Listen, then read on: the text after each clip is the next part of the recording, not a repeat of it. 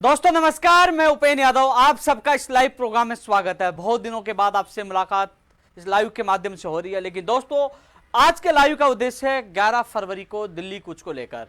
कई लोगों के दिल में असमंजस की स्थिति है। कई लोग, मैं देख रहा हूं सोशल मीडिया पे, जिन लोगों को मैं पहली बार देख रहा हूं, वो ये सवाल कर रहे हैं कि दिल्ली आखिरकार दिल्ली कूच क्यों किया जा रहा है, इसके पीछे क्या रणनीति है।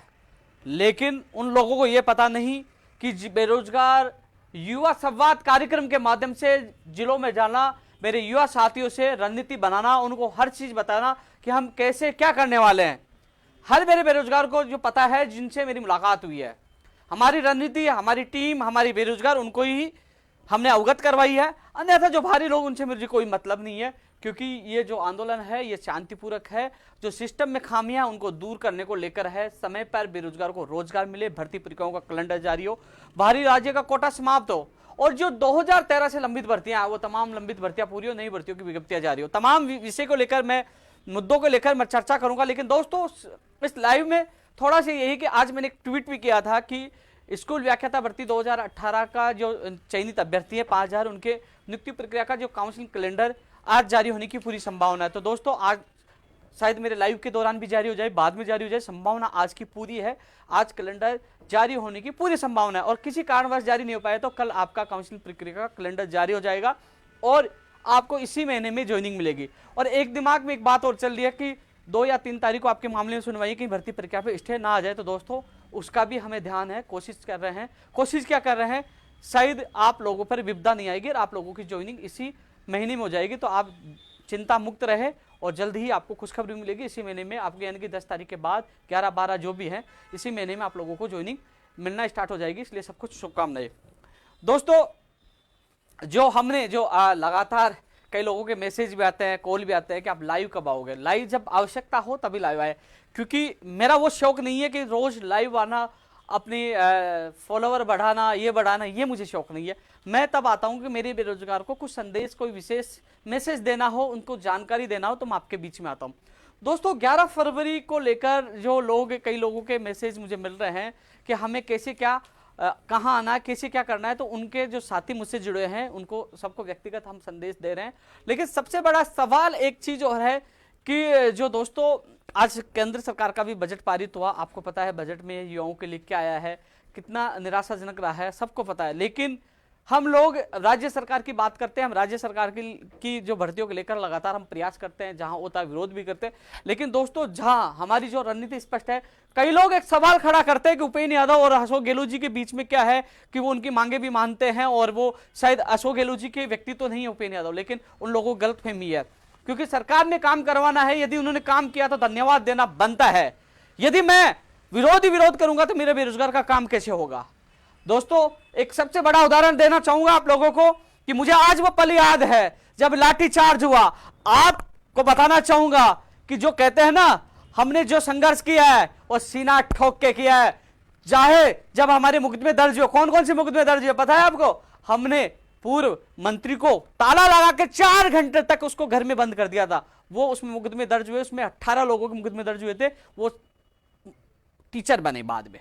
इसके अलावा 34 लोगों के वो मुकदमे दर्ज हुए जो किसी पार्टी कार्यालय पे घेराव करके ताला लगा दिया और किसी पदाधिकारी को अंदर घुसने नहीं दिया। उसमें मुझे आज भी याद है 9 अक्टूबर 2015 को, जहां मेरे ऊपर लाठीचार्ज हुआ, मेरे सिर फटार 5 टाके आए।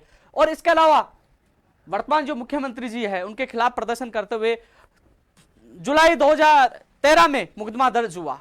तो कई ऐसे मुकदमे दर्ज हुए।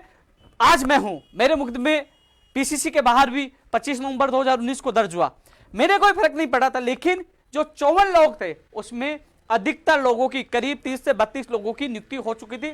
उसमें एक व्यक्ति को तो नौकरी से निकाल दिया गया, रंजीत को, नागौर का निवासी है।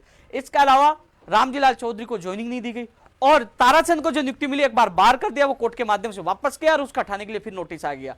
दोस्तों, उनके परिवार की जो मैंने स्थिति देखी, उन अभ्यर्थियों की मैंने स्थिति देखी, वो रोते थे कि हमारी नौकरी हाथ से चली गई। दोस्त, एक तरफ संघर्ष करना, एक तरफ उनका भविष्य। उन लोगों से मैंने वादा किया था कि आपका संघर्ष, आपका नेतृत्व मैं कर रहा था। लाठीचार्ज हुआ, लाखों लोगों को फायदा हुआ। करीब 9 साल के संघर्ष के दौरान 2 से 2.5 लाख लोगों को नौकरियां मिली है हमारे संघर्ष के दौरान। लेकिन लाठीचार्ज, मुकदमा दर्ज कुछ लोगों को मिला। लेकिन उस दिन जब जेल में गए वो पल देखे, मैंने शपथ लिया था कि जिन लोगों के मुकदमे दर्ज हुए उनके मुकदमे वापस होंगे, उनसे मैंने वादा किया था, वो शायद वो भी लाइव देख रहे होंगे, और उनसे मैंने वादा पूरा किया। तमाम मुकदमे 54 बेरोजगारों के मुकदमे वापस हो गए हैं और इसमें से 32 कर्मचारी सरकारी कर्मचारी बन चुके हैं। ऐसे में दोस्तों उनके मुकदमे वापस होना, माननीय मुख्यमंत्री जी का मैंने आभार जताया, पुनः आभार जताऊंगा। कई लोग कहेंगे तो उपेंद्र यादव जी तो मुख्यमंत्री जी का आभार ही जताते हैं। भाई तुम लोग नहीं जाते हो, जो लोग ये जो आप लोगों को गुमराह करते हैं ना, उनकी सच्चाई मैं आपको बता दूं। इनसे कोई मिलता नहीं है, ये कहीं जा नहीं सकते, इनकी कोई सुनता नहीं है। जब एक स्थिति ये थी कि जब हम संघर्ष के दौरान हमारी नहीं सुनी जा रही थी, तो यही लोग आरोप लगाने की कोशिश करते थे कि उपेंद्र यादव की तो चलती नहीं है, न सीएम सुन रहा न मंत्री सुन रहा। जब हमारी बात मजबूती से हम उठा रहे हैं, सरकार हमारी बात पे ध्यान दे रही है, बेरोजगारों को राहत मिली है, ये तो सरकार से मिले हुए। अरे आरोप लगा दीजिए, कोई फर्क नहीं पड़ेगा। हाँ मैं मिला हुआ हूं, मेरा बेरोजगार का काम होगा, मैं जिंदाबाद भी बोलूंगा, धन्यवाद भी बोलूंगा। जहां काम नहीं होगा वह विरोध भी करूंगा। जेल भी गया हूं, अनशन भी किया, लाठे भी खाई है और दिल्ली कूच भी कर रहे हैं। क्यों कूच कर रहे हैं? क्योंकि आज स्थिति जो मंत्री, चाहे चिकित्सा विभाग का मैं उदाहरण देना चाहूंगा, 2013 से एनएम बहन जो भाई बहन है, जो 4514 और 6719 पदों पर एनएम के पद हैं, जिनकी कमेटी 1 साल पहले बनी थी, उस कमेटी की रिपोर्ट आज तक क्यों नहीं आई? आज तक उन लोगों को ज्वाइनिंग क्यों नहीं मिली? आज इतने पद खाली होने के बावजूद भी वो भटक रहे हैं। वह बहनें पूछ रहे हमें न्याय कब मिलेगा? मंत्री जी आपने आश्वासन दिया था, जहां मुख्यमंत्री जी को कई एमएलए ने अवगत करवाया, मुख्यमंत्री इस मामले में पॉजिटिव रहे, बोले कि हाँ हम रास्ता निकालेंगे और इनको न्याय देंगे। वहीं चिकित्सा मंत्री जी ने जाके कह दिया साहब ये भर्ती नहीं हो सकती है। मामला लगातार पॉजिटिव से नेगेटिव होता रहा, लेकिन इनको न्याय नहीं मिला। लेकिन इसके अलावा जो रेडियोग्राफर, लैब टेक्नीशियन हो, ईसीजी का मामला हो, प्रयोगशाला सहायक भर्ती 2000 जो 18 की 1534 पदों का मामला हो, हर जगह जिस प्रकार जो फार्मासिस्ट वाला मामला हो और जो चिकित्सा विभाग की जो दुर्गति हुई है, इसके जिम्मेदार सीधे चिकित्सा मंत्री है।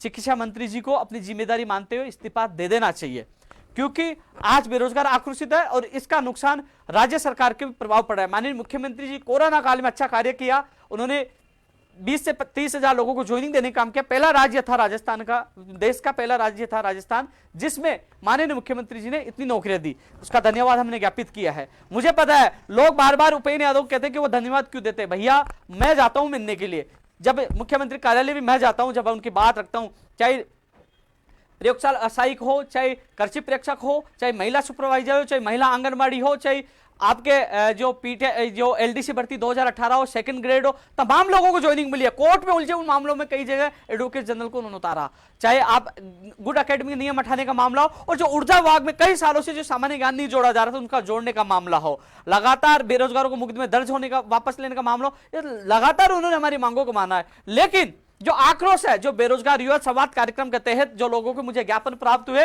उसके बाद हमने निर्णय लिया कि हम दिल्ली कूच करेंगे। क्यों कूच करेंगे? क्योंकि दिल्ली इसलिए कूच करेंगे कि जो राहुल गांधी जी है, सोनिया गांधी जी है, प्रियंका गांधी जी है, जो उनके शीर्ष नेतृत्व है, क्योंकि हमने जब कांग्रेस सरकार को समर्थन दिया था तब राहुल गांधी जी से मेरी मुलाकात हुई थी, तो उन तक ये बात पहुंचाने के लिए, हजारों की संख्या में बात नहीं पहुंचाने के लिए, बात मनवाने के लिए, क्योंकि जो लापरवाही और तानाशाही समाप्त हो और जो मुख्यमंत्री जी के निर्देशों की जो पालना नहीं हो रही। माननीय मुख्यमंत्री जी ने 3 सितंबर को आदेश दिए थे कि बाहरी राज्यों का कोटा समाप्त हो, आज तक उन आदेश की पालना क्यों नहीं?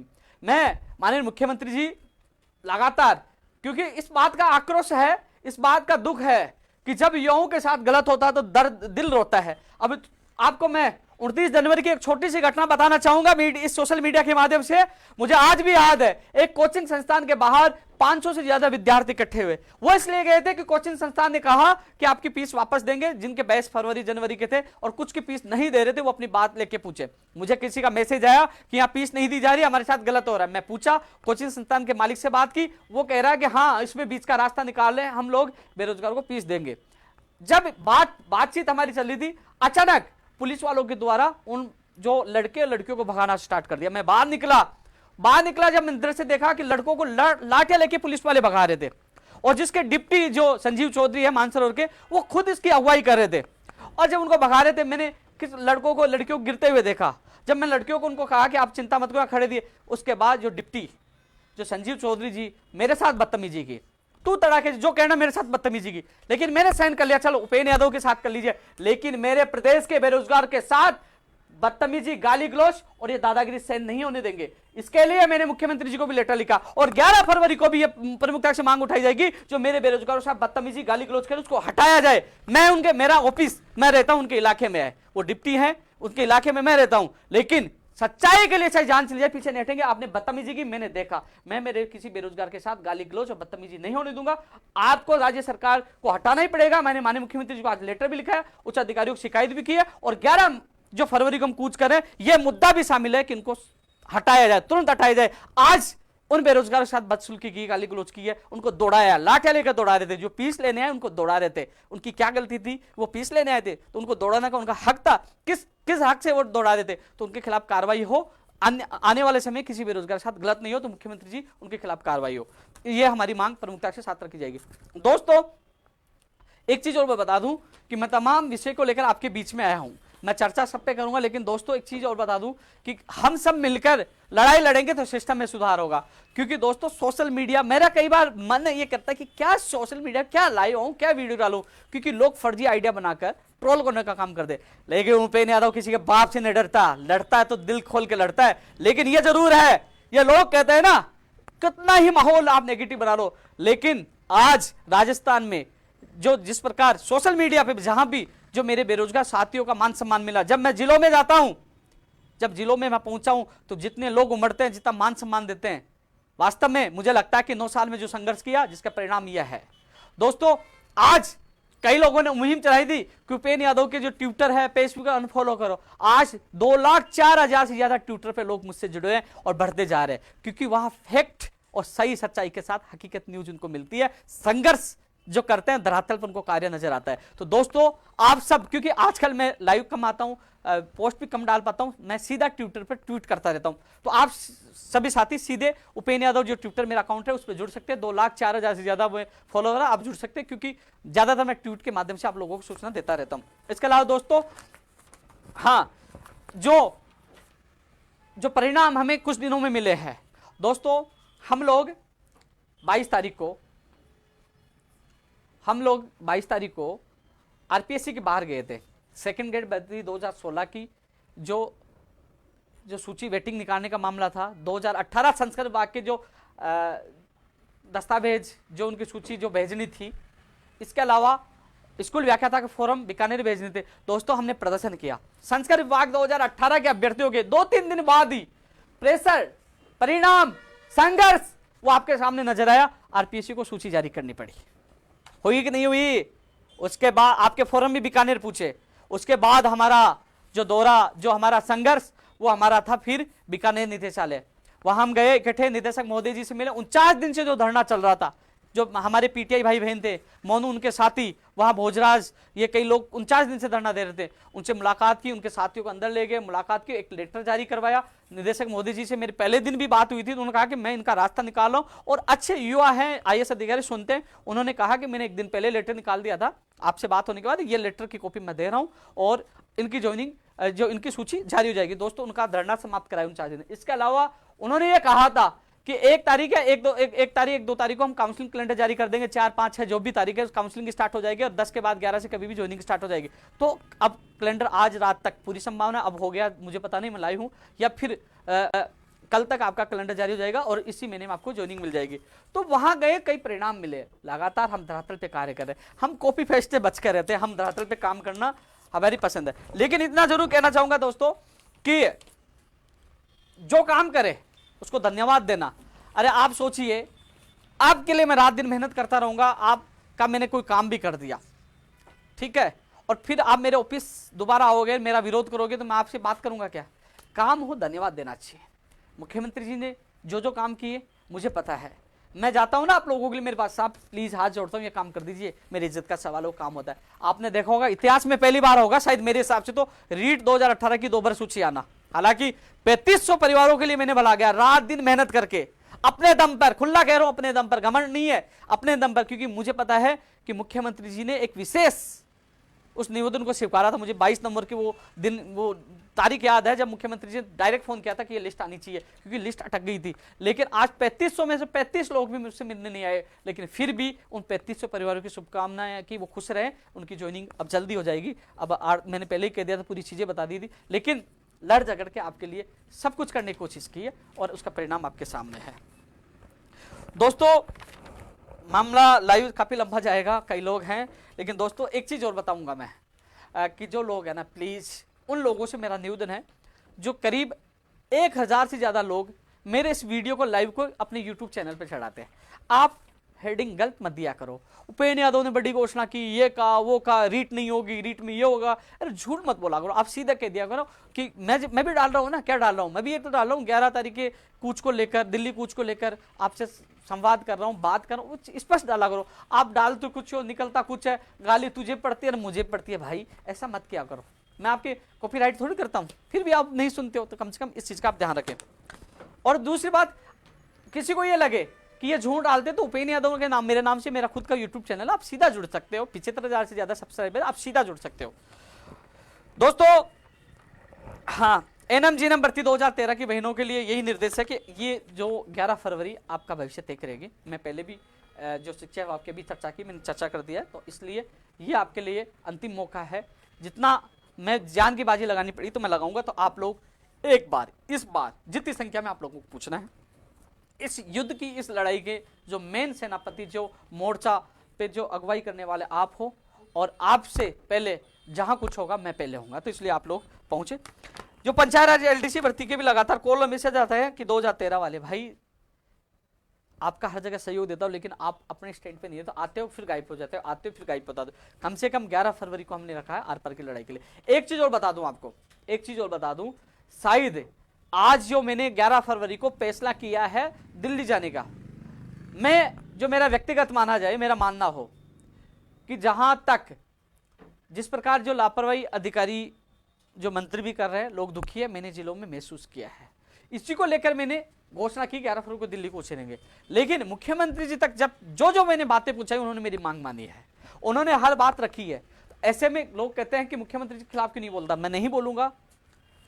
उन्हीं जो हमारे मुखिया है, उन्हीं से आस है कि वो हमारी भर्तियों को पूरा करें। और जो आंदोलन भी मुख्यमंत्री जी तक उन तक बात पहुंचाने के लिए कि हाँ लोग दिल्ली जा रहे, क्यों जा रहे, कारण क्या है, आक्रोश क्यों है, क्योंकि मुख्यमंत्री जी से ही हमारी सारी मांगे पूरी करवानी है। और रही बात इस आंदोलन का परिणाम क्या होगा, आपने देखा होगा जो हमने आंदोलन के, उनका परिणाम भी सार्थक निकला है, इसका परिणाम आप सबको मिलेगा। एक ऐतिहासिक आंदोलन होगा। जो लोग ये देख रहे हैं क्या होगा, क्योंकि हम 4 लोगों के साथ दिल्ली कूच नहीं करते हैं, हमारी संख्या भी होगी, इतिहास भी रचा जाएगा और परिणाम भी सुगत मिलेगा। लेकिन जो आदमी इसमें जुड़ेगा, जो आदमी हमारे साथ आएगा, हालांकि रणनीति तय हो चुकी है, उसके लिए हम जी जान से संघर्ष करेंगे। 11 फरवरी को आपको आना है, क्योंकि कहां आना है, कितने बजे आना, वो मैं स्थान पर जाकर लाइव करके, लाइव के माध्यम से आप लोगों को मैं अवगत करवा दूंगा। आयुर्वेद नर्सिंग भर्ती के भी लोग मुझे खूब मिले हैं, 2013 वाले, 1005 वाले। दोस्तों आप भी पहुंचे। दोस्तों एक सबसे बड़ी बात, मेरे दिल की पीड़ा है, जब मैं लोगों के चेहरे देखता हूं, जो मासूम चेहरे नजर आते हैं, वो आते हैं टेक्निकल हेल्पर के जो ITI किए रखे हैं जो स्टूडेंट हैं।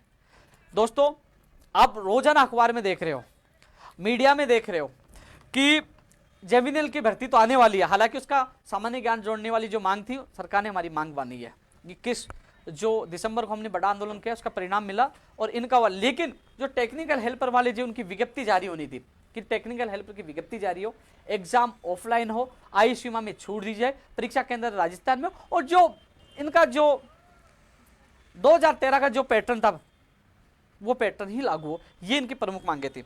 अब ये हताश हो रहे हैं कि हमारी भर्ती की चर्चा ही नहीं हो पा रही, और बोले कि मंत्री जी का भी ध्यान नहीं है, विभाग का भी ध्यान नहीं है। सच्चाई यही है, अभी तक कोई ध्यान नहीं है, लेकिन यह भी दूसरी सच्चाई यही है कि 11 फरवरी के बाद सबका ध्यान भी आ जाएगा, आपकी विज्ञप्ति भी आएगी, आपके ऑफलाइन एग्जाम भी होगी, आपका परीक्षा केंद्र राजस्थान में भी होगा और पैटर्न 2013 वाला होगा और आयु में छूट मिलेगी। लेकिन इस बार करो या मरो, अधिक से अधिक संख्या में आप लोगों को पूछना है, जिससे आपकी आवाज बुलंद हो और आपको न्याय मिले। मैंने विश्वास दिलाया था, आज फिर विश्वास दिला रहा हूं कि इस बार आपको न्याय मिलेगा। 21 तारीख को हमने 1 महीने का समय दिया था, आपकी आवाज पूछी थी, लेकिन अब परिणाम आपको मिलेगा। इसलिए ये किसी की बातों में नहीं आना, बस 11 फरवरी आपका भविष्य के लिए आपको घर से निकलना है, क्योंकि मुझे पता है ITI कौन करता है। एक गरीब किसान का बेटा, मैं उनके चेहरे पे आंसू देखता, मुझे 2-3 लोगों ने कहा कि भाई साहब हम आत्महत्या कर लेंगे। आपको आत्महत्या करने की जरूरत नहीं है, आपका भाई आपके साथ है, सीना ठोक के कहता है आप साथ आइए, आपको परिणाम आपका भाई देगा, आपकी भर्ती भी होगी और आपकी ये तमाम मांगे पूरी होगी।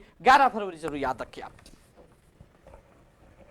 दोस्तों कंप्यूटर शिक्षक भर्ती के जो अभ्यर्थी है, आप एक चीज समझिए कि आपके कई लोगों को मुझे मैसेज आता है कि भाई साहब आप रीट करते, तो रीट का तो हो गया 2021 का, तो हमारा कंप्यूटर शिक्षक भर्ती।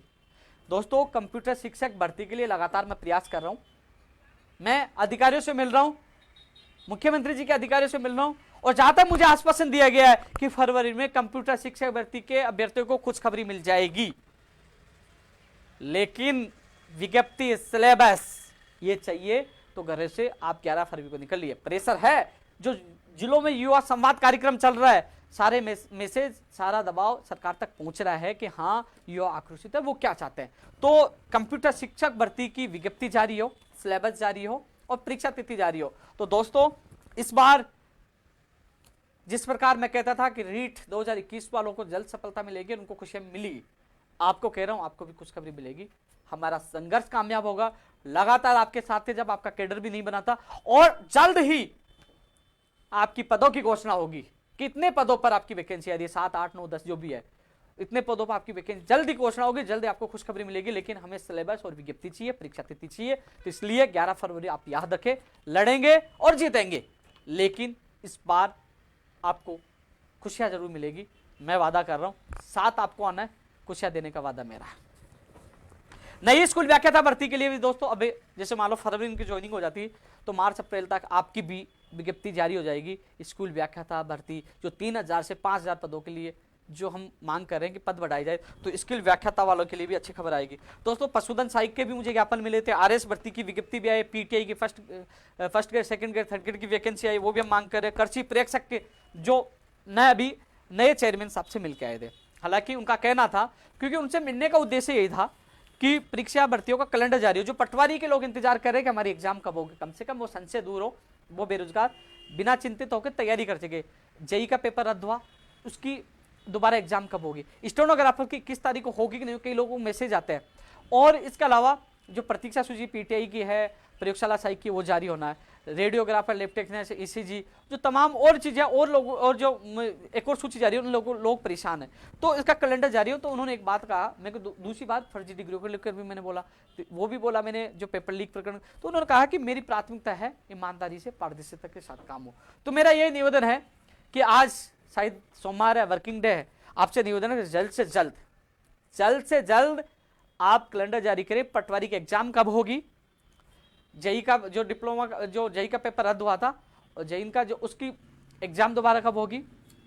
इसके अलावा स्टेनोग्राफर 21 मार्च को, वो बताइए, मेरे हिसाब से 21 को होगी, लेकिन बताइए, लोग चिंतित है। इसके अलावा जो कृषि प्रेक्षक की विज्ञप्ति कब होगी, अभ्यर्थना पड़ी है, निकाल दीजिए, बेरोजगार दुखी है। हालांकि 11 तारीख को हम बड़ा आंदोलन कर ही रहे हैं, इसलिए तो कर रहे हैं कि विज्ञप्तियां पड़ी है, अभ्यर्थना पड़ी है आपके पास, निकाल नहीं रहे। आरपीएससी में पड़ी है, यहाँ पड़ी है, आरपीएससी में एसआई की पड़ी है, आरएस वाली पड़ी है, तो निकाल तो दीजिए। बेरोजगार इंतजार करे, तैयारी करे, वो कम से कम उनको लक्ष्य तो मिले कि हमें तैयारी करनी है, हमें अपना भविष्य बनाना है, तो कम से कम निकालिए। डीएलबी की वो फायरमैन हो, सेफ्टी ऑफिसर हो, जेई की एग्जाम हो, ग्राम सेवक हो, तो वो भर्तियों की विज्ञप्तियां निकाल लिए, इसलिए वो अभ्यर्थनाएं पड़ी है, उनकी विज्ञप्तियां निकालिए। इसलिए हम बेरोजगार में आक्रोश है कि जल्द से जल्द विज्ञप्तियां निकालिए। इसलिए अध्यक्ष चेयरमैन मोदी जी आप बने हो, तो एक्शन लीजिए, अब एक्शन लेने का समय आ गया है। इसके अलावा दोस्तों, अधीनस्थ बोर्ड की जो लाइब्रेरियन और जो जेई डिप्लोमा मामला है, अब अखबार में आज लाइब्रेरियन की भी आई है कि जालौर में कई लोगों को उन्होंने जो नोटिस जारी हुआ, जो भी है, तो मेरा तो बार बार यही निवेदन है, मैं माननीय मुख्यमंत्री तक भी बात पूछाई है और उनसे भी निवेदन है मेरा, और नए चेयरमैन साहब से निवेदन है कि अभ्यर्थी कह रहे हैं कि जो होगा वो जल्द करिए, जांच चल रही है तो बताइए क्या हो रहा, परिणाम दीजिए, कम से कम हम दूसरी तैयारी तो कर पाए। यदि आपको लगता है कि इसमें गड़बड़ी हुआ तो रद्द करिए, तुरंत एक्शन लीजिए, लोग दूसरी तैयारी तो करें। और ये आपको लगता है कि कुछ नहीं हुआ तो वो परिणाम रिपोर्ट दीजिए, जिससे इनको ज्वाइनिंग तो मिली। आज असमंजस की स्थिति तो दूर है, मैं लगातार आवाज उठा रहा हूं कि रिपोर्ट जल्द से जल्द एसओजी दे, जल्द से जल्द दे। और मेरे हिसाब से जो कई लोग मुझे ये मिल रहे हैं जो जेई डिप्लोमा के, कि उनके आंसर की जारी हो, तो अधीनस्थ बोर्ड के चेयरमैन को आंसर की जारी कर देनी चाहिए। क्यों कर देनी चाहिए? कई लोग कहेंगे कि मैं इनका साथ दे रहा हूं, साथ नहीं दे रहा। यदि एसओजी की जांच, मेरे हिसाब से जहां तक मैंने पता किया तो अभी तक एसओजी की डिप्लोमा वाली कोई बात ही नहीं चल रही, जहां मैंने व्यक्तिगत पता किया। लेकिन कई लोग कह रहे हैं एसओजी जांच कर रही है, तो भैया जल्दी करिए। और यदि आंसर की जारी भी हो गई और उनको लगता है एसओजी को कि वास्तव में आउट हुआ है, और ये लीक हुआ तो रद्द कर दिया। आंसर की जारी होने से थोड़ी हो जाता कि ज्वाइनिंग दे दी, लेकिन कम से कम आंसर की तो जारी करी है। कम से कम आपको लगे तो बाद में रद्द कर देना, लेकिन आंसर की जारी करनी चाहिए और जल्द से जल्द रिपोर्ट देनी चाहिए। दोस्तों एक चीज और है, कई लोग हैं, एक चीज और है, मैं 4 फरवरी को कोटा रहूंगा 11 बजे मेजर ध्यानचंद जी जो मैदान स्टेडियम है वहां बेरोजगार युवा संवाद कार्यक्रम। पहले लास्ट मैंने कहा था, लेकिन फिर मैंने सोचा 4 तारीख को कोटा, 4 तारीख को मेजर ध्यानचंद स्टेडियम है, 11 बजे आप लोगों से बेरोजगार युवा संवाद कार्यक्रम में मैं मौजूद रहूंगा, आप लोगों से मुलाकात करूंगा, आप लोगों से मिलूंगा, जो आप लोग हम सब मिलकर रणनीति जो 11 तारीख को आपको अवगत कराऊंगा, और जो लोग मिलना चाहे वो मुझे मिल सकते हैं। इसके अलावा 5 तारीख को बूंदी में आजाद पार्क में मीटिंग है सुबह 11 बजे, और फिर 6 फरवरी को अलवर कंपनी गार्डन में। इसके बाद 6 के बाद मैं फिर 11 के बाद आंदोलन के बाद पता नहीं मुलाकात हो पाई नहीं पाई, पता नहीं मुझे जेल में डाल दिया जाए, पता नहीं उस आंदोलन में क्या हो, कुचल दिया जाए, मार दिया जाए, कुछ भी हो, लेकिन इस बार आंदोलन बढ़ा है। तो मैं 6 फरवरी तक आप लोगों के बीच में, उसके बाद 7 तारीख से मैं बिजी हो जाऊंगा, शायद आप लोगों से मिल नहीं पाऊँ, लेकिन ये जरूर है जहां हमारा पड़ा होगा उस वहां स्थल से मैं लाइव आऊँगा, आपको समय बताऊंगा कहाँ कैसे आना, वो चीज़ आपको मैं अवगत करा दूंगा। लेकिन जो लोग, कई लोगों को कॉल मैसेज आते हैं, कल भी मैं 12 बजे ऑफिस रहूँगा, कल 2 है और 3 को 2 दिन यहाँ हूँ, 4 को कोटा, 5 को वहाँ बूंदिया, 6 को अलवर हूँ। उसके बाद मैं सीधा मेरी रणनीति में लग जाऊंगा और उसी स्थान पे चला जाऊंगा, कैसे क्या करना वो मैं आप लोगों को बताता रहूंगा। दोस्तों हाँ एक चीज और है, रीट 2021 जो लोग कह रहे हैं कि हमारी गलती हो गई फॉर्म भरने में, माता पिता के नाम में, वर्ष में, तो मेरी बात हुई माध्यमिक शिक्षा बोर्ड के अधिकारी से, मेरी खुद की बात हुई थी, उन्होंने कहा कि हम करेक्शन का समय देंगे, आवेदन के अंतिम तिथि के बाद करेक्शन का समय दिया जाएगा। तो नोट कर लीजिए, बार बार ये मुझे मैसेज मिल रहे हैं, जबकि मैंने ट्वीट कर दिया था, बता दिया था ट्वीट के माध्यम से, यूट्यूब चैनल पे भी डाल दिया था, फेसबुक पे डाल दिया था, फिर भी ये सवाल आते थे कि साहब मेरे से गलती हो गई, क्या होगा, तो उनको करेक्शन का मौका दिया जाएगा। देख लीजिए, जहां जहां आपको संकट आता है आपका भाई आपके साथ रहता है, जहां जहां दिक्कत आती है, ये जो क्या बोलते हैं चपड़गंजू, ये गायब हो जाते हैं, इनको तो पैसे कमाने से, बेवकूफ़ बनाने से मतलब है, लेकिन हमेशा आपके साथ रहूं, वेटेज कम करने का मामला हो, विज्ञप्ति जारी करवाने का मामला हो। लेकिन अब लगता है मुझे कि राजस्थान बेरोजगार एकीकृत महासंघ बीएड बीएसटीसी और रीट के लिए नहीं है, बहुत कुछ कर लिया, फिर उसके बावजूद भी, इतना कुछ करने के बावजूद भी, जब आप लोगों को कमेंट और जो आप लोगों की गालियाँ जो आप सोशल मीडिया पर जब देने की कोशिश करते हैं, बुरा लगता है, बुरा लगता है। लेकिन मुझे ये भी है, जहां मिलता हूं मुझे कहते हैं कई लोग, बोले 2-4 अपवादों से क्यों घबराते हैं, हम लाखों लोग आपके साथ हैं, इसलिए फिर भी मैं आप लोगों से जुड़ा रहता हूं। अब दोस्तों एक चीज और बता दूं आपको, हालांकि जो बीएड बीएसटीसी विवाद था, इस मामले से मैं पहले दूर हो चुका था, लेकिन एक जानकारी आपको तो ये दी है गलती सुधार वाली, एक जानकारी और मैं दे रहा हूं कि अब जो कल जो सुनवाई है जयपुर हाई कोर्ट में, उसको ट्रांसफर कर दिया गया जोधपुर में। 5 फरवरी को सुनवाई होगी, सीजे साहब की बेंच में होगी, तो 5 फरवरी को सुनवाई होगी। सुन लीजिए, विशेष सूचना, 5 फरवरी को जोधपुर हाई कोर्ट में डिवीजन बेंच में सीजे साहब की बेंच में सुनवाई होगी। यहाँ के केस भी जोधपुर ट्रांसफर कर दिए गए क्योंकि आज जोधपुर में सुनवाई थी, तो अब 5 फरवरी को ही रीट को लेकर निर्णय होगा। कई लोगों ने ज्ञापन दिया था कि ये परीक्षा की तिथि आगे बढ़ाई जाए, अभी तक सरकार ने कोई निर्णय नहीं लिया। 25 अप्रैल को एग्जाम होगा, अब 5 फरवरी को क्या होगा। तो दोस्तों एक चीज और बता दूं, स्पष्ट कह दूं, मैंने पहले भी कहा था, पहला मैसेज बीएड वालों के लिए, दूसरा बीएसटीसी वालों के लिए। बीएड वालों के लिए यही है कि जो लोग कह रहे हैं ना कि याचिकाकर्ताओं को लिया जाएगा, वो आपको डर का खेल करके आपको डरा रहे हैं।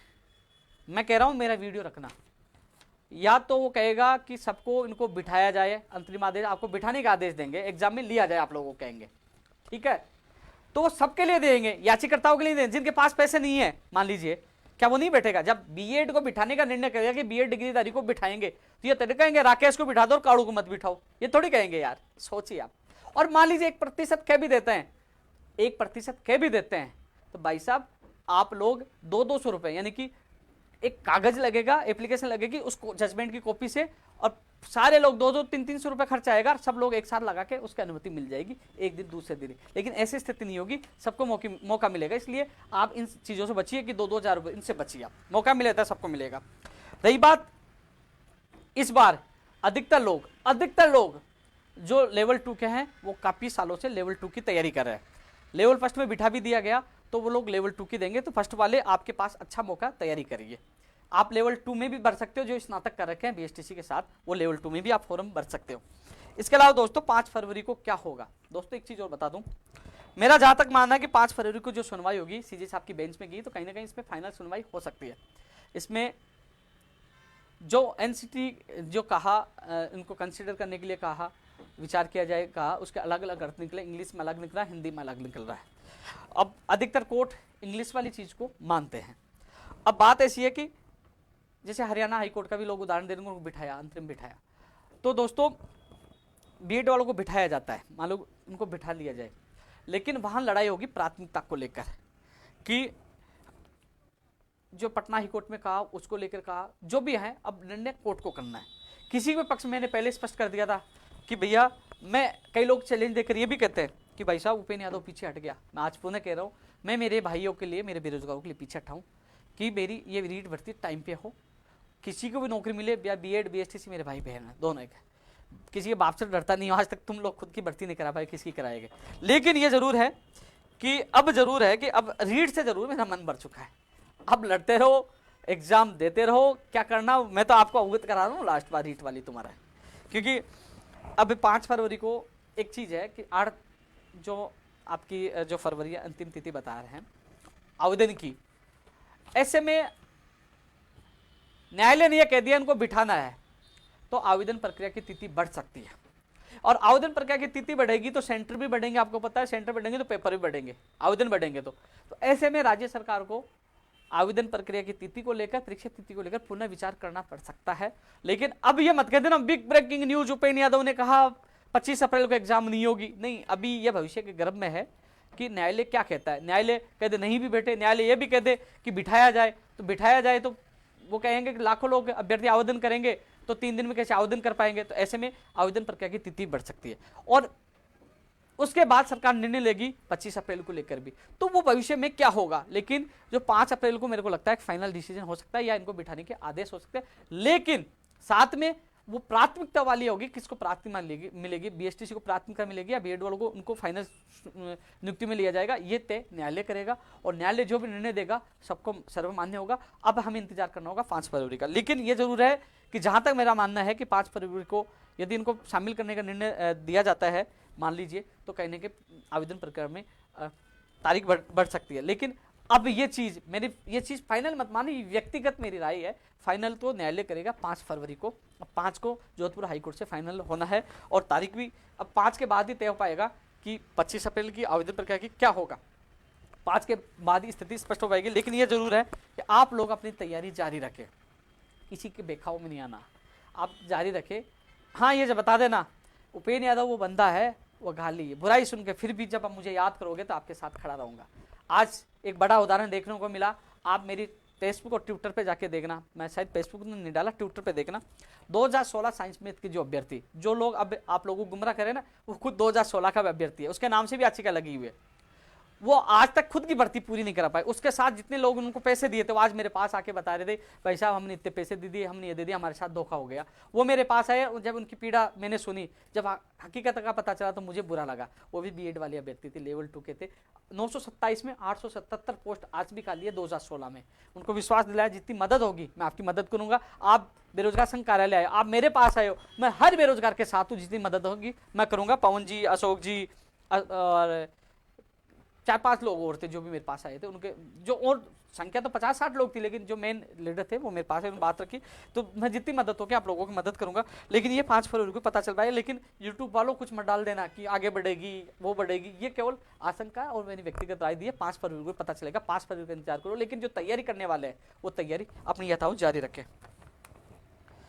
हाँ, एक चीज और आ रही है, मुझे एक शिकायत और मिली थी कि जो आगे पीछे फॉर्म बनने वाली, और मुझे एक लेटर मिला बाड़मेर में, कई शिक्षक ऐसे लगे हुए हैं। मेरे पास एक लेटर है, गुप्त लेटर है, उसने भेजा है कि भैया जब एग्जाम दी तो आधार कार्ड में फोटो वहाँ चेंज करवा कर फोटो दूसरे लगी या नौकरी दूसरे करे। उन्होंने मुझे बाकायदा उनका किस स्कूल में पोस्टिंग है और क्या नाम है सारी डिटेल भेजी है। मैं एसओजी को भेजूंगा वो चीजें। बाड़मेर की शिकायत मिली है। इसके अलावा जो फॉर्म आगे पीछे वाली मैंने शिकायत जो माध्यमिक शिक्षा बोर्ड के अधिकारियों को मैंने फोन पे मेरी बात हुई, मैंने शिकायत की, तो उन्होंने कहा कि इसका हम निस्तारण करने, हम इसमें कुछ ना कुछ वो तरीके से करें। उन्होंने मुझे बताया था जो मैं आपको बता नहीं सकता, लेकिन उन्होंने दोनों चीजों को लगाया था। गलती सुधार के लिए भी मौका दिया जाएगा, और इसके अलावा जो फॉर्म आगे पीछे वालों का भी उन्होंने निस्तारण कर दिया, मुझे बताया था इस तरीके से करेंगे। तो दोस्तों मैंने दोनों चीजें आप लोगों की वहां पहुंचा दी। दोस्तों इसके अलावा मेरा ये जो 11 फरवरी को दोस्तों देखो मांग पत्र में जितनी मांगे हैं, इसके अलावा एक चीज और मानी जाएगी, मैं बता दूं।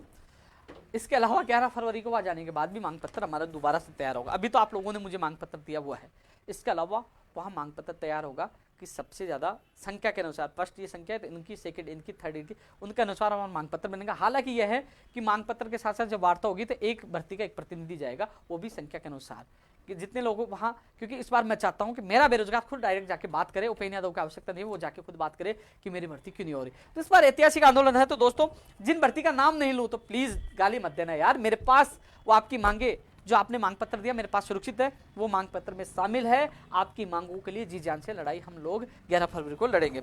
बाहरी राज्यों का कोटा समाप्त हो, ये सबसे बड़ा मुद्दा है, हम सबको मिलकर इसको लड़ना चाहिए, इसलिए बाहरी राज्य का कोटा समाप्त हो। लगातार आप लोग कहते हैं उपेंद्र जी आप भूल गए बाहरी राज्य का कोटा। अरे भाई मैं नहीं भूला, आपका साथ नहीं मिलता, निकलिए घर से, चलिए 11 फरवरी को। कैसे कम नहीं होता बाहरी राज्य का कोटा, साथ तो आपको देना होगा। नहीं मेरी तो पटवारी आ जाए भाई, मेरी रीट हो जाए भाई, मेरी स्टोन हो जाए, मेरी ये भर्ती हो जाए, ये भूल जाते हैं कि बाहरी राज्य का कोटा कम हो जाए तो किसको फायदा होगा।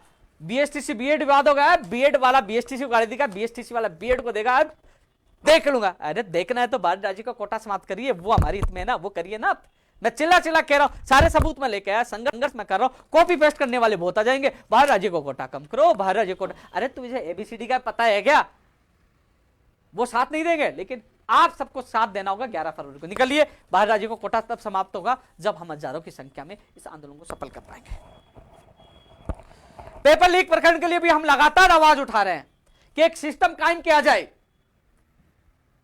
एक सिस्टम कायम किया जाए। मैंने हर जगह बोला है कि जिस प्रकार 100 नंबर पे कोई भी फोन करता है कि भाई साहब यहां त्रिवेणीनगर बत्ती जो बत्ती है यहां पे कोई एक्सीडेंट हो गया या कोई घटना होगी, चोरी होगी, तो 100 नंबर से फोन करते पुलिस आ जाती है या मानसून हो गई। हमने ये कहा है कि कमेटी का गठन किया जाए जिसमें आईपीएस हो, चाहे आईएएस हो, चाहे रिटायर्ड जज हो, एक सख्त कमेटी बनाई जाए और उसके हेल्पलाइन नंबर होना चाहिए, उसमें कह दिए भाई जो झूठी सूचना देगा उसके खिलाफ कार्रवाई होगी। यदि किसी सेंटर पे गड़बड़ हो रही तो कोई डायरेक्ट फोन मिला सकता है, साहब यहां इस सेंटर पे गड़बड़ है, तो वो उस पे छापा मारने की कार्रवाई करेगा।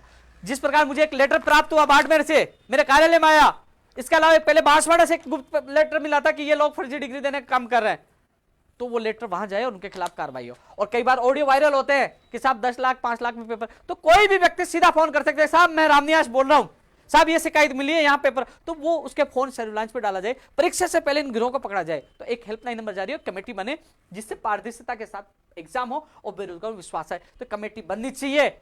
सोचिए सही है कह रहा हूं गलत बताइए, आप बताइए सही कह रहा हूं ना, इसलिए कमेटी बननी चाहिए। बेरोजगार आयोग भी बनना चाहिए, मैंने पहले बता दिया था, इसको लंबे चौड़े शब्दों में नहीं कहूंगा, बेरोजगार आयोग बनना चाहिए। मेरा बेरोजगार अपनी बात जान सके कि मेरी भर्ती क्यों नहीं हो रही, एग्जाम क्यों नहीं हो रहा, परिणाम क्या। बेरोजगार आयोग भी जल्द से जल्द बनना चाहिए, जिससे बेरोजगार आयोग बने तो मेरे बेरोजगारों को न्याय मिल सके, अपनी बात रख सके। जिस दिन बेरोजगार आयोग बनेगा उस दिन राजस्थान बेरोजगार एकीकृत महासंघ हमेशा के लिए समाप्त कर दिया जाएगा, क्योंकि इसकी आवश्यकता नहीं होगी, मेरा बेरोजगार डायरेक्ट जाके वहां बात रख सके। लेकिन पुणे में दोबारा बता दूं, मेरे बेरोजगार जो साथी हैं, आज उनकी पीड़ा मैं देखता हूं ना, कार्यालय में बैठता हूं, कभी 50 कभी 100 लोग आते हैं, जब जिलों में जाता हूं, जब मैं उनके चेहरा देखता हूं, जब उनकी माला और सापा जब मेरे सिर पे होता है, तो मैं वो वजन मुझे लगता है, वो खुशियां, जब वो खुशियां 2 पल की मिलती है कि हाँ मुझे मान सम्मान दे रहे, लेकिन दिल में ख्याल चलता है कि यार इनको मैं न्याय कैसे दिलाऊं। दिल में है कि इस बार मैं मेरी जान भी दाव पे लगानी पड़े तो लगाऊं, लेकिन इन लोगों को न्याय मिले। लेकिन दिल में वो ख्याल भी चलता है, कई बार रात को भी मैं सोचता रहता हूँ यार 11 को कैसे क्या करना है, प्लानिंग रणनीति कहाँ से क्या करना है, खाना पीना रहना, लेकिन वो सारी रणनीति हम तैयार कर चुके हैं। इस बार बहुत बेहतरीन और ऐतिहासिक होगा। पेपर लीक प्रकरण मैंने आपको बताया, यूपीएससी की तर्ज पर राजस्थान की भर्ती परीक्षा का कैलेंडर होना चाहिए कि नहीं होना चाहिए। अरे यूपीएससी में कोई शिकायतें नहीं आती, यहाँ भी होना चाहिए ना भाई।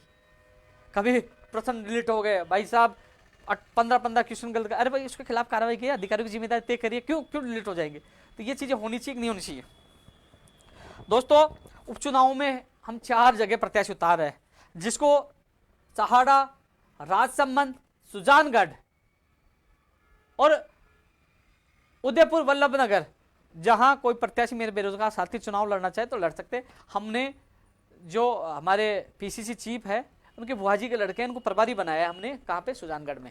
वो कह रहे हैं कि हमें बेरोजगार को न्याय मिलना चाहिए। उनको दिनेश जी हैं डिडोरिया, उनकी वाइफ गीता डिडोरिया 2012 की वो अभ्यर्थी है, अधिक अंक वाली है, मामला सुप्रीम कोर्ट में है। इन साथियों के संपर्क में, मेरे संपर्क में पंकज जी भी हैं ओम प्रकाश जी भी है, रामनिया जी, कई लोग संपर्क में हैं और श्याम भी है। तो मैं जितनी मदद होगी आप लोगों की मदद करूंगा, लेकिन आपका परिणाम जल्द मिलेगा। रणनीति आपको रणनीति मैंने बताई थी, लेकिन इसमें प्रत्याशी घोषणा भी करेंगे। चुनाव इस बार बेरोजगार भी लड़ेंगे। उपेंद्र यादव नहीं होगा, 4 प्रत्याशी मेरे बेरोजगार साथी होंगे। इतनी ताकत दिखाने का अब समय आ गया है। 2012 वाले मामले में जितनी मदद हो मैं करूंगा। भर्ती परीक्षाओं का कैलेंडर जारी हो। भाई साहब, भर्ती परीक्षाओं का कैलेंडर जारी होना चाहिए ना। बन जाए कौन सी भर्ती कब होगी, कैलेंडर जारी होना अति आवश्यक है, ये हमारी मांग है। मानसून डिप्टी वाली मैंने बात बताई दी थी। हालांकि एक चीज और बता दूं कि जितनी भर्ती परीक्षा है बायोमेट्रिक यानी फिंगरप्रिंट के माध्यम से परीक्षा केंद्र में फिंगरप्रिंट यानी कि थंब लगे, अंदर हो वापस आए तो थंब वापस लगना चाहिए, यानी कि बायोमेट्रिक वाला सिस्टम हर भर्ती परीक्षा में होना चाहिए।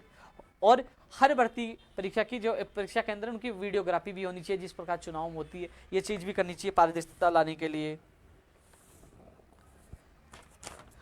दोस्तों एक चीज, राजस्थान पुलिस 2018 की जो 1600 पदों का वेटिंग वाला मामला, भाई देखो एक चीज बता दूं, चाहे राजस्थान पुलिस 2018 हो, 2016 साइंस मैथ वाले आ जाए वो हो, चाहे अंग्रेजी वाले हो, 2017 संस्कृत विभाग वाले हो, सूचना सहायक वाले हो, जूनियर अकाउंटेंट वाले हो, 2000 पीटीआई वाले हो, प्रयोगशाला सहायक वाले हो, जितनी एक और सूची का इंतजार कर रहे हैं दोस्तों, अलग अलग लड़ नहीं सकते। 11 फरवरी को हम सब मिलकर लड़ाई लड़ रहे हैं। इस बार लड़ाई लड़ रहे हैं, इस बार हम चाहते हैं कि कुछ नतीजा निकले। हम सब मिलकर इस लड़ाई को जीतना चाहते हैं। तो 11 फरवरी को आप ध्यान रखें।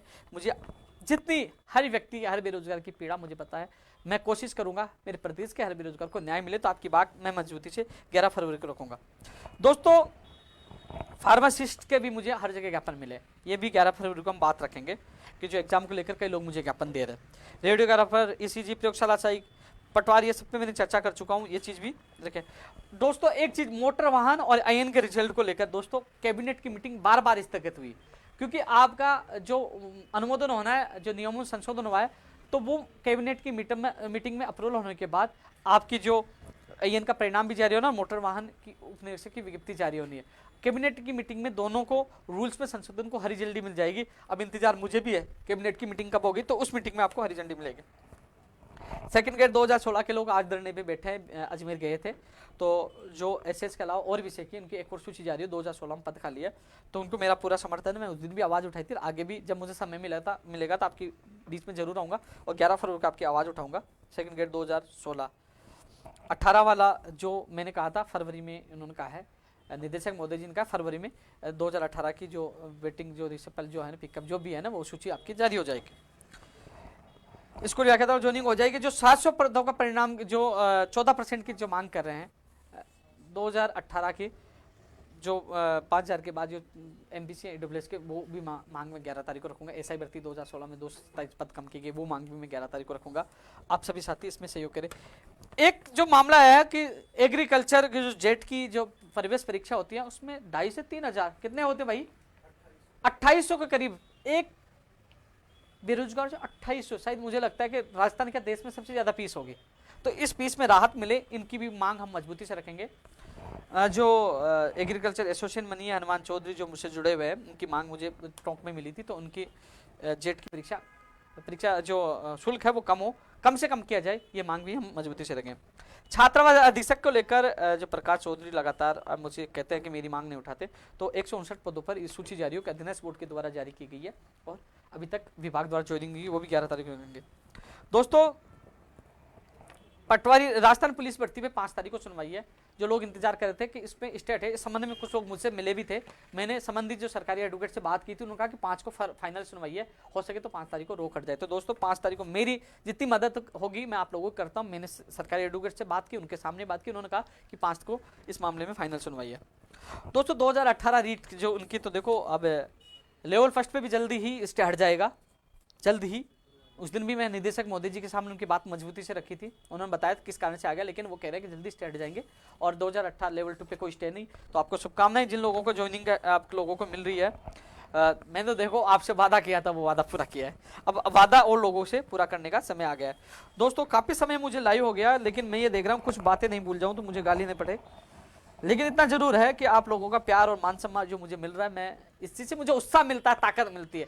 छछुंदरों से चपड़गंजों से कोई फर्क नहीं पड़ता, लड़ाई लड़ता हूं उससे ना ठोक के। आप लोगों का सहयोग मेरे साथ है और युवाओं की ताकत क्या होती है, वो 11 फरवरी को हम सब मिलकर पूरे देश को बताएंगे कि युवा जब जब जागा है तो बहुत कुछ हुआ है। लेकिन इतना जरूर है कि जो लापरवाही है, जो सिस्टम को लेकर हम लड़ाई लड़ रहे हैं, सरकारें कोई सी भी हो, हम चाहते हैं सिस्टम में सुधार हो, मेरे प्रदेश के बेरोजगार को रोजगार मिले। तो इसको लेकर हमारी लड़ाई जारी है।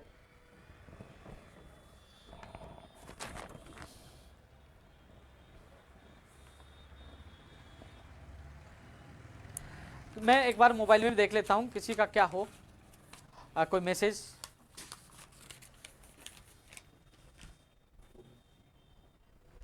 लाइव में देख लेता हूं एक बार, हालांकि मेरा काफी लाइव हो गया। देखो किसी की मांग में भूल जाऊं तो प्लीज गलत मत सोचना, मांग पत्र में शामिल है।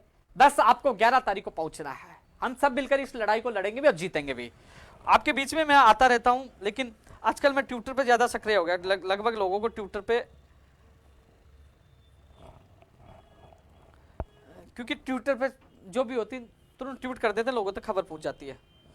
मैं यार एक बार लाइव में देख लूं, किसी को कुछ पूछना हो तो कोशिश कर रहा हूं 2-4 जवाब दे दूं।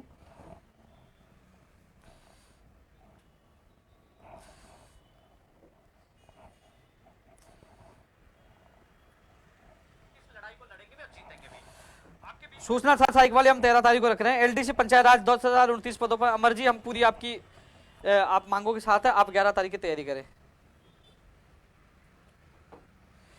फर्स्ट लेवल का क्या होगा भाई, 5 तारीख को पता चलेगा। जैसा आपको पता है बीएड बीएसटी वाले मामले में अब न्यायालय करेगा। अब जो होगा अच्छा होगा, जो होगा सर्वमान्य होगा। एनएम जी ने सुंदर मीणा जी बिल्कुल 11 तारीख को तैयार है। 14% वाले दिलीप जी बिल्कुल मैं साथ हूं आपके। सुरेश बिश्नोई जी 2016 साइंस में वाले आज मिले थे, पूरी कोशिश है आपको न्याय मिले। मेडिकल हेल्थ की लैब असिस्टेंट 2018 बिल्कुल 1534 पदों पर जल्द से जल्द पूरी हो। जलदाय विभाग में ये मांग रहेगी, जलदाय विभाग में भी भर्तियां निकाली जाए, 1300 से ज्यादा पद खाली। इसके अलावा पंचायत राज एलडीसी में भी जो जैन भर्ती के लगभग 95% से ज्यादा पद खाली है, वो भी निकाली जाए। एनआईएस डिलेड वाला भैया एक बार मंत्री जी से मिल लिए, वो क्या कहते हैं उसके बाद मुझसे मिल लिए। बाबू ज्यादा टेक्निकल हेल्पर के लिए पूरी जी जान लगा रहे हैं, आपको न्याय मिलेगा। 11 फरवरी की तैयारी करें।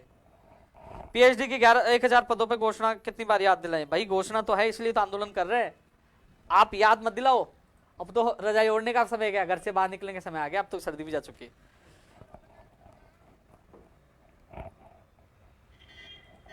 पीटीआई वैकेंसी की बात रखी है मैंने।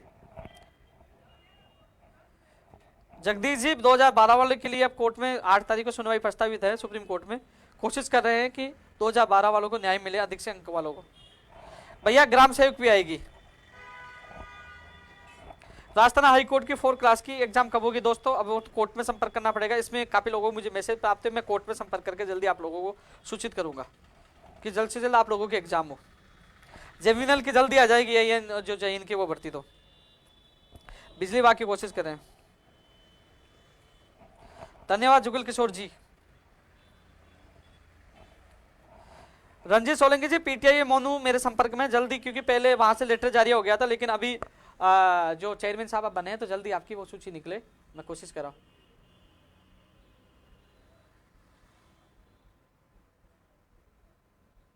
पशुधन संघ वाली बेरोजगारी भत्ता मिले, जो उनका वादा था वो भी मिले बिल्कुल। संस्कृत डिपार्टमेंट में रीट की नहीं भर्ती है, ये मांग है, ये भी हम आपकी बात रखेंगे। विजयपाल जी अपना वादा पूरा करिए 1000 प्लस का। नहीं अब की बार लड़ते रह पड़ेंगे विजयपाल भाई, वैसे जीत होगी इस बार, पूरी ताकत के साथ लड़ाई लड़ेंगे। लड़ पड़े कुछ पड़े, सच्चाई के लिए लड़ना चाहिए।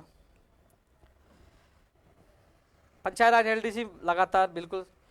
लोकेश पीपल खड़ा धन्यवाद भाई। ड्राइवर की आएगी भैया, अब जल्दी आ जाएगी, चेयरमैन साहब नहीं थे, फायर ड्राइवर की जल्दी भर्ती आ जाएगी।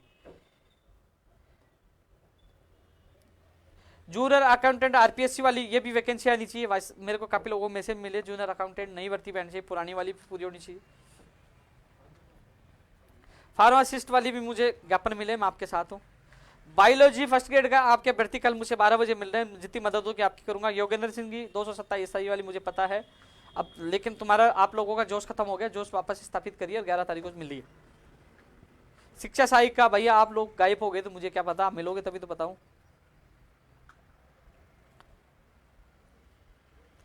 कमला गोदारा बिल्कुल बहन जी न्याय मिलेगा, मैं आपके साथ हूं, आपका भाई आपके साथ है। स्पेशल टीचर की मैंने बात रख दी थी भैया। पिंटू, अरे नहीं यार, मैं तुम्हारा भाई हूं, भगवान एक है, मैं आपका भाई हूं, आपने मुझे मान सम्मान दिया जिसके लिए धन्यवाद। मनोज यादव बीएड वाले फर्स्ट लेवल में बैठ रहे हैं, ये तो 5 तारीख को पता चलेगा। वैसे बीएड वालों को बिठाने के आदेश तो होंगे, लेकिन कोर्ट को यह फैसला करना है कि उनको प्राथमिकता दी जाए कि नहीं दी जाए, बीएसटीसी को या बीएड वालों को लिया जाए। वो मामला कोर्ट का निर्णय है, उपेंद्र यादव इसमें कुछ नहीं कर सकता। अब कोर्ट के ऊपर आपके भी एडवोकेट है, बीएड वालों के भी हैं, बीएसटीसी वालों के, न्यायालय को करना, 5 तारीख को पता चल पाएगा। सभी भर्तियों में फर्जीवाड़ा, यार यही तो चिल्ला चिल्ला कह रहा हूं, सिस्टम में सुधार हो।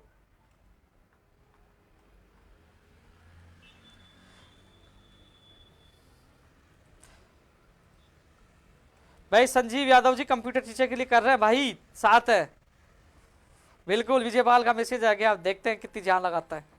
स्टेनोग्राफर के लिए लगातार मैसेज आ रहे हैं। मेरे साथ 21 को एग्जाम हो गया और हमने आपकी मैसेज भी पूछा दिया कि जल्द से जल्द स्थिति स्पष्ट करें, है ना, अधीनस्थ बोर्ड कैलेंडर जारी करे।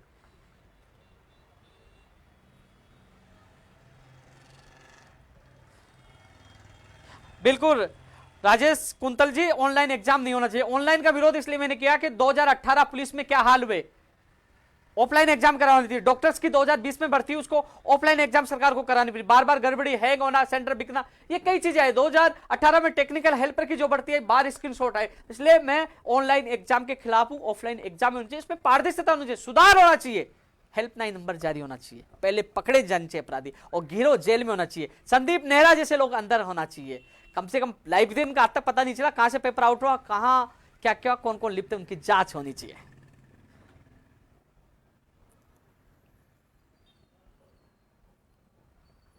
राजस्थान पुलिस का रिजल्ट अभी 5 तारीख के बाद पता चलेगा, 5 तारीख को सुनवाई है।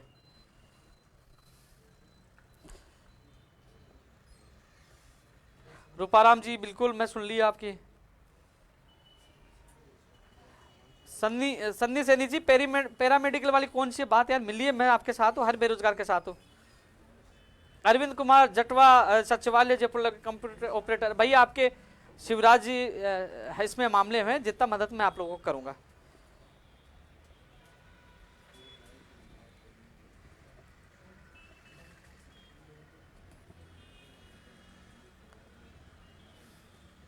थैंक यू राजेश जी, राज वर्मा जी। मुझे लगता है सब लोगों के मैंने जवाब देख लिए हैं। बिल्कुल महिपाल, आपका मैसेज आ रहा, आप तैयारी करिए पटवारी की।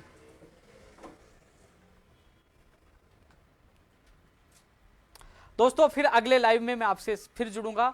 अभी फिलहाल आप लोगों के लिए मैसेज यही है कि 4 तारीख को कोटा मेजर ध्यानचंद स्टेडियम में आप मुलाकात होगी 11 बजे बेरोजगार युवा संवाद कार्यक्रम के तहत। फिर 5 तारीख को आजाद पार्क बूंदी में और 6 तारीख को कंपनी गार्डन शाम दोपहर 3 बजे अलवर में। उसके बाद मुलाकात होगी जहां हमारा महापड़ा होगा, स्थल होगा, वहां से मैं लाइव आऊंगा, आप लोगों को मैसेज पूछाऊंगा। और ये रणनीति और ये आंदोलन एक ऐतिहासिक होगा, इसमें जीत हमारी होगी, लड़ाई या सिस्टम को सुधार को लेकर। लेकिन साथ में ये भी है कि जिस प्रकार आज केंद्र सरकार का बजट आया, उसके बाद तुलना में ये लगता है कि हाँ, एक पहला राज्य ऐसा है जिसमें ज्वाइनिंग दी जा रही है, यानी कि माननीय मुख्यमंत्री जी के द्वारा जो कार्य किए जा रहे हैं अच्छे हैं। लेकिन जिस प्रकार जो मंत्री और अधिकारियों की जो लापरवाही है, बेरोजगारों पर भारी पड़ रही है, सिस्टम में सुधार हो। मुख्यमंत्री जी तक बात पूछे, मुख्यमंत्री जी इसमें संज्ञान ले और बेरोजगार को राहत प्रदान करे। ये इसी उद्देश्य के साथ हमने आर पार की लड़ाई का ऐलान किया है। 11 फरवरी को ऐतिहासिक आंदोलन होगा, बेरोजगार को न्याय मिले। इसीलिए दोस्तों बेरोजगार युवा संवाद कार्यक्रम रखा गया। मेरे बेरोजगार को बताया जाए कि हम क्यों कूच कर रहे हैं, क्या रणनीति है, उनको अवगत करवाएं। और हम सबने आप सबका अवगत करवाया। जो अभ्यर्थी जिसकी कोई मांग हो वो मुझे बेरोजगार युवा संवाद कार्यक्रम के तहत इन जिलों में मिले। 11 फरवरी को फिर मिलेंगे। इसके अलावा दोस्तों आप लोग एक सबसे बड़ी जो ताकत है आप लोगों की जो मेरे पास है, उसके बदौलत मैं हर सरकार से लड़ता हूं और उसमें हमारी जीत भी होती है। तो दोस्तों 11 फरवरी के लिए तैयार रहे। जय हिंद, जय भारत।